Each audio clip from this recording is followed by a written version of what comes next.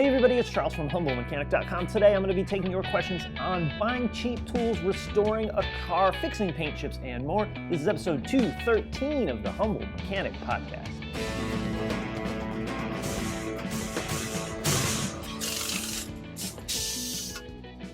All right, remember, in order to get a question on a show like this, email me, charles@humblemechanic.com. Put question for Charles in the subject. Ask your question right at the top. Give me some space, then give me the details of the question. That helps me out so much. And of course, if you don't see your question on a show like this, be sure to check the quick videos playlist on YouTube where I do one question per video. All right, let's talk about the sponsor of the day, which is CRP Automotive. CRP deals in a ton of OE maintenance and repair parts, timing belt kits, suspension components, and even fluids. In fact, they make the factory DSG fluid for Volkswagen and Audi. So check them out at crpautomotive.com. And hey, real quick, if you want to support the show, check out the Crew membership.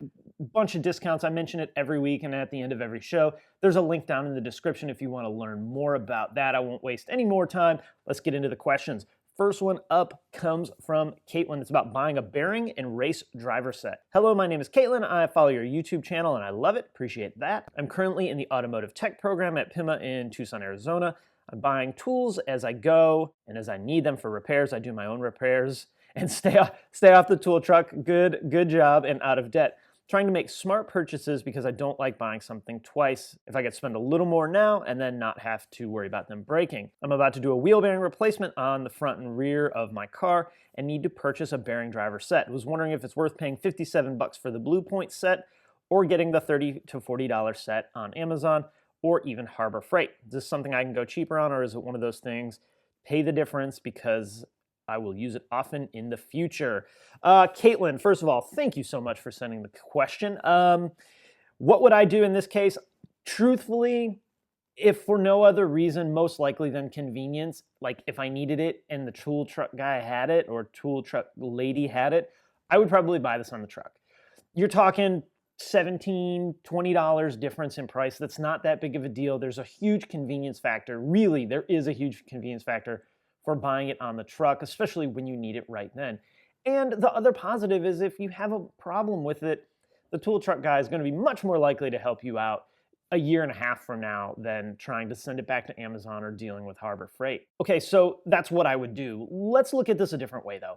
If we were talking about a tool and whether we should buy it at place A for $50 or place B for $30, what is the difference? And you're going to find with things like this especially, it's probably the exact same thing. Maybe from Blue Point, company A, right? Maybe you get a case, a blow molded case that everything fits real nice in. And maybe company B, Harbor Freight, maybe you don't. I don't know. You'll have to look at this and evaluate the two tools that you're looking at. Is paying $20 extra worth having a nice case that everything fits in? Well, in a lot of ways it is, but if that case doesn't fit in your toolbox, then of course it's not. So you really have to weigh everything about this. Is it going to be worth it because it has a case in it, because it's got a lifetime warranty, because if you have a problem with it, you're going to be able to warranty it on the truck, even if you got to wait a week, not the end of the world? Or is this something that you can buy from Harbor Freight? And it is a tool that might become disposable or serviceable in the sense that when it breaks, you don't really take the time to do anything with it. You either do something else or you get another one. Really would depend on the tool. I can tell you that I bought a bearing race driver set very early in my career and I've only used it a handful of times. The work that I did didn't require it all that often, but what you're doing very well may. In fact, I'm going through like my purchasing decision. I'm buying this bearing race driver set. It did come with a blow molded case. The reason I bought it was to do rear brakes on Mark IIIs because when you replace the rotors or drums, you have to drive out in new races. And now as I'm thinking about that, I'm thinking about doing the brake job on my GTI, and I'm going to need that same tool, most likely anyway. For this one, for this exact scenario, almost out of pure laziness, I would buy the Snap-on or Blue Point one. I think for $20, so what? And you're going to use it a lot, you said, so it'll be worth it if you ever have one break. In general, though, this is a tool-to-tool decision that I make. If this were a set of pry bars, probably would buy it on the Snap-on truck. If this was an oil filter wrench that I didn't use all that much and the tool truck guy didn't have it anyway, I would buy it Harbor Freight, Amazon, and save the $20 and get it faster. A lot of times what I talk about with tools is getting it faster. But if the truck dude has it and it's only $17 more, buy it from the truck dude. All right, next up's got a lot of questions. I'm going to pick and choose 2 of the 5 questions that he sent me. So this one starts off with, my Mark V is making some knocking noise at the rear going over bumps. I have installed the subframe collar and using new bolts torqued properly, but no success. Does this sound like something the Steelman wireless chassis ears would help me to find, or would I only hear wind noises? So on the chassis ears with noises going over bumps, this is the place where I really feel like chassis ears are the absolute best. Noises going over bumps, you're rarely going to be able to duplicate on the lift. In the best case scenario, you can duplicate with someone jouncing the car up and down, and hopefully it makes the noise. But with these chassis ears, whether they're the Steelman ones, which I'll link up to, the wireless ones that I have, I'll link them to on Amazon, wired ones, it doesn't matter. They're good, right? They serve their purpose. This is the perfect case for them. You can go underneath the car, hook them all up to different places underneath the suspension, tape them all out of the way, make sure you're not going to snatch one off while you're driving, and then you have someone else drive. You sit in the car, you put your headphones on, and you click through the channels and see where you can find your noise the loudest or the most prominent. I will say with kits like this, typically the headphones are terrible. I usually use my audio editing headphones, which are quite a bit better than the ones that come with it. The thing you need to be careful though is you want to be careful not to use like the Beats headphones, because they modulate bass so weirdly that it can affect what you're actually hearing. You're not hearing the true sound coming from the device. You're hearing it modified to listen to music, which is not what you're doing, which is why I use my audio editing headphones. I'll try and find those and link those up to you if you want. You're probably going to pay more for those than you will for the chassis ears. But if you have another need for them, they're wonderful headphones. You know, when it comes to diagnosing noises like that, isolation is the key. Is it rear of the front suspension? Rear suspension altogether? What's in the trunk? What's in the back seat? Noise resonates throughout the car. First thing you need to do if it's coming from the back of the vehicle, the back suspension, you need to get everything out of the trunk and drive it again and make sure it's not that. If it's coming from the rear part of the front suspension, you've torqued them, give them another quarter turn and see if that helps. Also look at your control arm bushings. Those are ultra common on the Mark Vs for those failing, and they'll pop once or twice sometimes. But go back through, double check your torque, give it a little quarter turn. You'll find that you can still turn it pretty easily. I always feel like I remember the torque values being too low in the repair manual when that car first came out, and we were not torquing them. We were running them in and just go until it was tight, right? And that seemed to cure a lot of the suspension popping because it was shifting. There's also a company that makes a sleeve kit that I'll try and find for you, or you can just search Mark V suspension sleeve kit or subframe sleeve kit. That's supposed to work really well because it fills that whole gap in the subframe. I've never installed them, but from what I've read and the obvious research that it takes to do some of these shows, the research I've done, it should work pretty darn well. I'm going to answer one more of his questions really quick. I'm going through the 5th air conditioner blower fan under the glove box for my Mark V. They usually last just over a year and die for no particular reason. Fan control module is fine. I'm not sure where to start checking. So you're going through 5, that's so many of them. I've never replaced a second one on a car. All right, so we're burning these motors out. We need to make sure first and foremost that your pollen filter is good. If your pollen filter gets clogged up, it can overwork that motor and cause problems. We need to make sure nothing's clogged up in our heater box. We need to see why this is failing. Is the motor straight dying? Is it getting loud? Are we buying a cheap motor? Is there water leaking into it? These are all the things that I would be thinking of if a customer says, hey, I'm on my X number replacement. That's more than one new one. Because I do not believe that I've ever replaced a second one on a car for a failure. I would also look at, depending on how this one's set up, there's a couple of different Mark V setups. Is this a series resistor that power goes through the fan? If it's a series resistor, I'd put a new series resistor in it.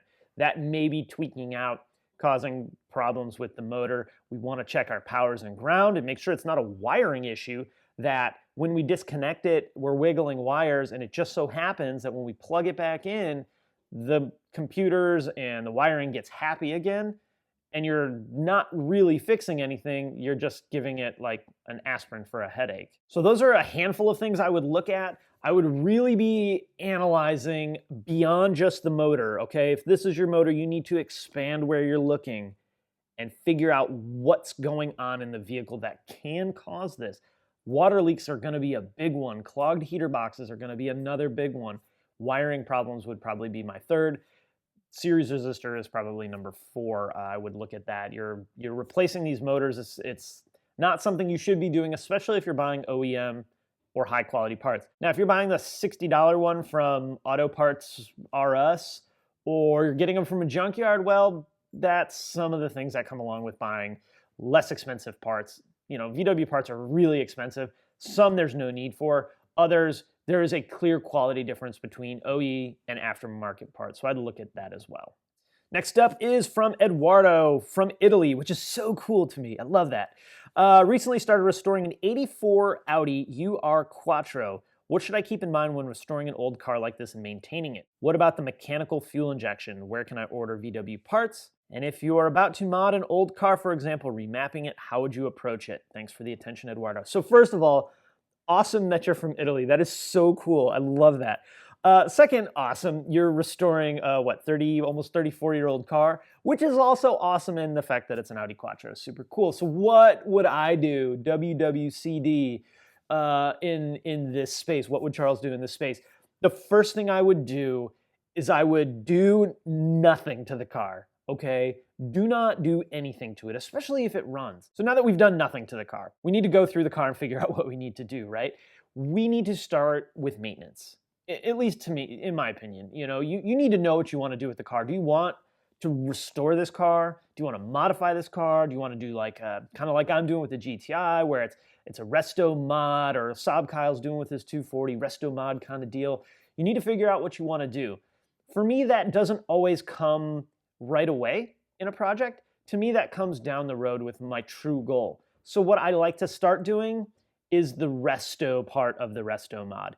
Maintenance, cleaning, evaluation. Those are the things that I like to focus on first. So before I start modifying the mechanical fuel injection, I'm taking the throttle plate, I'm taking the throttle body off, I'm cleaning the injectors, I'm putting new spark plugs in it, I'm making sure the wires are good, I'm cleaning the engine bay because I know, like, I'm almost willing to bet money that this car has an oil leak. I'm fixing the oil leak. I'm doing all of these things to get the car back into a position where I can truly evaluate things like the longevity of the engine, the life left of the engine, how the fuel system is, how the rest of the car is, how much rust is there.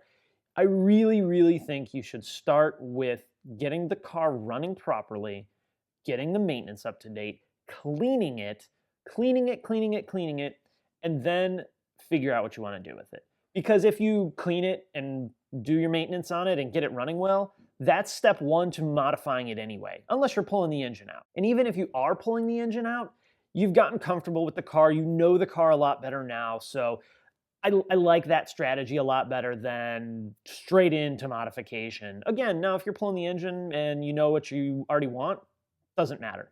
But it doesn't sound like that because I don't think you would have asked me this question if you knew I'm gonna slam a V8 in this thing. Start there, document everything. I ran one whiteboard over with the car. I had 3 whiteboards out here that I would make notes on, write my list of things that I wanted to do, what I needed to buy, how I wanted to approach this problem.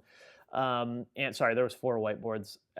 And start there, or a notepad, or sticky notes, or whatever works for you. Document, make lists, make charts, make spreadsheets, whatever works for you, and really try to hone in on what you want from the car. And all that stuff will help map you to get where you want to be. All right, last one of the day comes from Drew. Charles, excellent work with everyone in the Pull Apart Challenge. Awesome. I just posted a video with some behind the scenes if you want to check that out. Anyway, our Tiguan is developing multiple paint chips on the hood. Granted, it's not an OEM hood or paint due to a pine tree falling on it. That's a bummer. It's one of my fears in my driveway too. What is the best course as far as repairing the paint chips? A complete repaint or dealer paint sticks? In the meantime, I just keep a heavy coat of wax on it. Thanks for all your help, Drew. Drew, great question. I am sure, guys, that there's a ton of good YouTube videos on how to fix chips. Chips are not scratches. Chips are not touch-up. Chips are down to bare metal. At least that's how I view them. So there's probably a ton of really good YouTube videos on what to do. This is always my thoughts on it, okay? You need to get down to bare metal. If there's a little bit of paint, you can dot it and touch it up and then clear coat over it. But if it's down to bare metal, you need to get down to clean bare metal. Any oxidation needs to be removed. And then honestly, I don't love the paint pens. Now the VW ones are pretty good.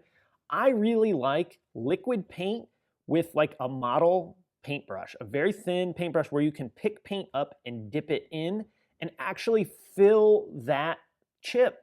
If you just put a layer of paint on it, you will have an indentation.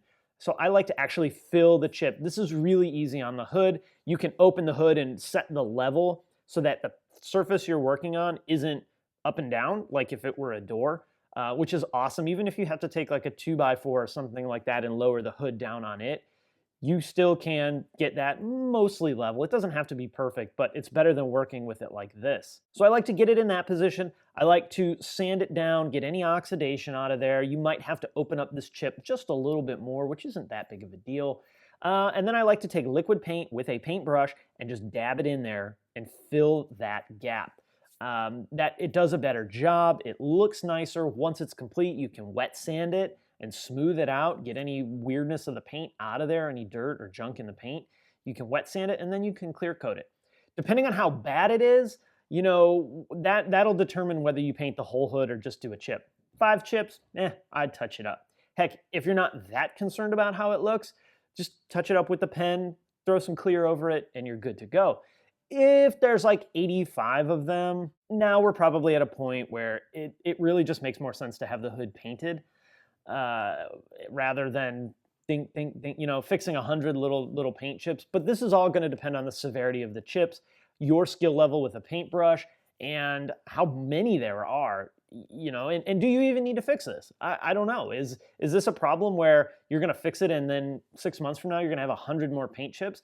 Maybe it's time to look at some kind of like hood cover or a hood bra or something like that, so you don't have to worry about it again. But I would do a YouTube search, and I would search on how to touch up paint. The way I explained it is exactly how I do it. There's a little bit more finesse to it than that, especially when you're doing something on a door. You have to be careful with the amount of paint you're putting on the car at one time. Now, if you're doing the whole like, let's say front quarter or front eighth of the hood, you can buy VW rattle can paint. It's factory paint. It comes in rattle cans. It comes with a can of clear. It's like 20 bucks. It is far and away the best quality paint you are going to get in a rattle can that comes in the rattle can that you don't put in the rattle can and then charge yourself. I painted the side markers of the Passat, the ones in the bumper, United Gray, years ago, like 6 years ago, and they still look perfect. In fact, if I didn't have the lights on, you don't really even see them. They look so nice, and it matches wonderfully. So if you want to do a bigger surface, that's the route I would go. If small touch-ups, I like liquid and a brush. I'm sure plenty of other people use the pens and get decent results. The key is going to be preparation. This is the key for all paint, right? This is key for a lot of things. Preparation, application, and then what are you doing to finish it out? Sand, wet sand, polish, clear coat, all that stuff probably needs to be done as well. So good question. If you guys have any other paint chip tips, feel free to post it in the comments. All right, guys, I'm gonna wrap it up there. Questions, comments, leave them down here on YouTube or over on the blog at humblemechanic.com. You can subscribe right here on YouTube, ding the notification bell for updates, or again, over on the blog at humblemechanic.com. Remember, if you want exclusive content, discounts you can't get anywhere else, to places like MT Knives, Sonic Tools, S&P Automotive, Petrol Box, Mycanic, Scanner Danner's Engine Diagnostic Book, which is one of the best books in the world. Check out the Crew Membership Program. Also got the Patreon and, of course, the Amazon link. That one's awesome because it costs you $0 to help out the show. There's also an audio version of this podcast if you would prefer to listen only to the show. You can hit that on iTunes or any of your favorite podcasting platforms. All right, guys, don't forget to follow me on Facebook, Twitter, Instagram, and, of course, on Snapchat. All right, I'm out. Thanks for watching, and I'll see you next time.